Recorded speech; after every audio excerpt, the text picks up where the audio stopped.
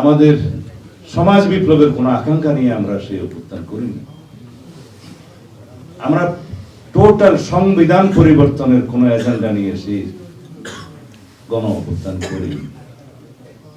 আমরা সংস্কারের কথা বলেছি 2023 সালের 13ই জুলাই এই 31 দফার মাধ্যমে, জনসভার মাধ্যমে, যখন আমরা প্রতিশ্রুতি দিয়েছি জাতির সামনে যে যদি আমরা ফ্যাসিবাদ মুক্ত হই, যারা আমরা ফ্যাসিবাদের বিরুদ্ধে ঐক্যবদ্ধভাবে লড়াই সংগ্রাম করছি, যে সমস্ত রাজনৈতিক দল এবং সামাজিক শক্তি, তাদের সকলকে নিয়ে ঐক্যের ভিত্তিতে, ঐক্যমতের ভিত্তিতে একটি জাতীয় সরকার।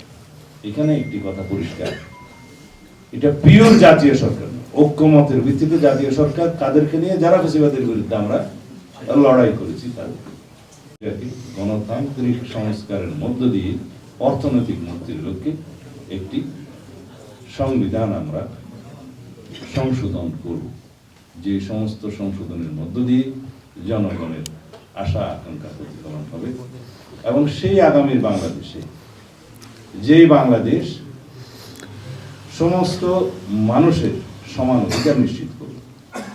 তাহলে পার্লামেন্ট যে সংবিধান সংশোধনের একমাত্র, এখন সংসদ, কেবল সংসদই যে একমাত্র ফোরাম, সেটা বিচার বিভাগ, জুডিশিয়ারি স্বীকার করে নিল কি নিল না? নিল। আজকে যদি কেউ বলে যে আমরা অমুক সরকারকে এন্ট্রাস্টেড করলাম যে পার্লামেন্ট সংবিধান সংশোধনের এখতিয়ার জনগণ সংসদ ছাড়া কাউকে দেয়নি। এখানে একটা ছোট্ট মধুর ক্রিটিসাইজ করি এই সরকারের। আমি ওই যে প্রশাসন কমিটিরও আমাকে আহ্বায়ক বানাইছে কিছুর জন্য বলছি আর কি, জানি। ক্যাবিনেট সেক্রেটারি শেখ হাসিনার আমলে যিনি ছিলেন, তাকে অপসারণ করতে আমাদের এই অন্তর্বর্তীকালীন সরকারের 2 মাস 5 দিন সময় লেগেছে। 14ই অক্টোবর তার রিটায়ারমেন্টের লাইফ এবং ডেট শেষ হবে, সেদিন পর্যন্ত ছিল বহাল। অপসারণ হয়নি, নর্মাল রিটায়ারমেন্ট। সেই ভদ্রলোক কন্ট্রাক্টে ছিলেন, এমনও না যে রেগুলার সার্ভিস ছিল, কন্ট্রাক্টে ছিল। 2 মাস 5 দিন যদি একটা কন্ট্রাকচুয়াল সার্ভিসে থাকা টপ ব্যুরোক্রেটকে সরাতে সময় লাগে, এই সরকার কি রকম সংস্কার করবে সেটা আমরা বুঝতে পারি না। এর বেশি সমালোচনা আর কি করব? আজকে সচিবালয়ে আগুন কারা লাগাচ্ছে? ফেসিবাদের দূষণরা লাগাচ্ছে, মুখ চোখ বন্ধ করে আপনি বলে দিলেন, বাট সেই দূষণদেরকে তো আপনি সরাতে পারছেন না। আপনারা করবেন সংস্কার, আর সংস্কার তো একটা কন্টিনিউয়াস প্রসেস। আপনার নিজের গদি ঠিক রাখার জন্য শেখ হাসিনার আমলে নিয়োগপ্রাপ্ত টপ ব্যুরোক্রেটদের সরাতে আপনাদের 2 মাস 5 দিন সময় লাগে, আর আপনি নিরাপত্তা করবেন রাষ্ট্রের, জনগণের? আমার মনে হয় না। উনি বলেছেন যে বেশি বেশি সমালোচনা করবেন, আমাদের ভুল ধরে দিবেন, আমরা যাতে শুদ্ধ থাকি। এখন দেখতেছি আমরা বেশি বেশি সমালোচনা করি, আমাদেরকে বেশি বেশি প্রতিপক্ষ মনে করছি। আমরা গণতন্ত্রের পক্ষে, আমরা আপনাদের প্রতিপক্ষে নই।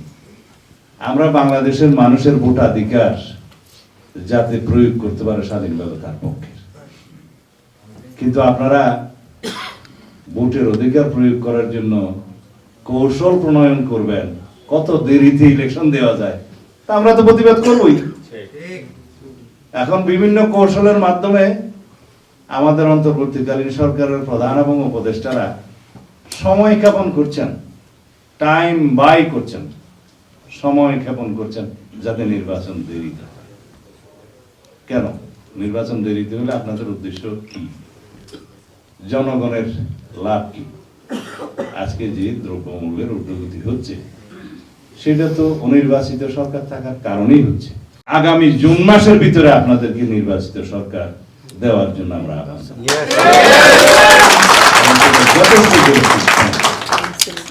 যথেষ্ট যৌক্তিক সময়। আমরা বিভিন্ন রকমের কলা কৌশল দেখতে পাচ্ছি যে সরকারের অভ্যন্তরে থেকে এখন এই সরকারকে প্রলম্বিত করে একটি রাজনৈতিক দল সংগঠিত হয়ে পরে নতুন করে ক্ষমতা গ্রহণের পায়তারার যে কৌশল দেখতে পাচ্ছি, এটা জনগণ ভালোই বুঝে। দায়িত্ব তো বর্তমান যেটুক সংবিধান বেঁচে আছে তার মাফিক নির্বাচন কমিশনের দায়িত্ব। সরকারের দায়িত্ব হচ্ছে সহযোগিতা করা, প্রশাসনের দায়িত্ব হচ্ছে সহযোগিতা করা নির্বাচন কমিশন। তো যারা এখন নতুন কিংস পার্টি করবে বলে আমাকে বলছে, আমি সেভাবে বলতে চাই না, সবারই গণতান্ত্রিক অধিকার আছে রাজনৈতিক দল করার, এবং আমরা স্বাগত জানাবো, কিন্তু সেটা রাজনৈতিক দল হতে হবে সরকারের সহযোগিতা ছাড়া।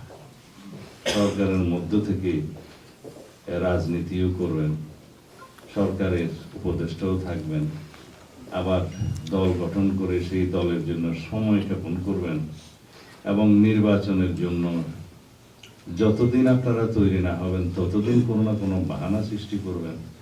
জনগণ বুঝে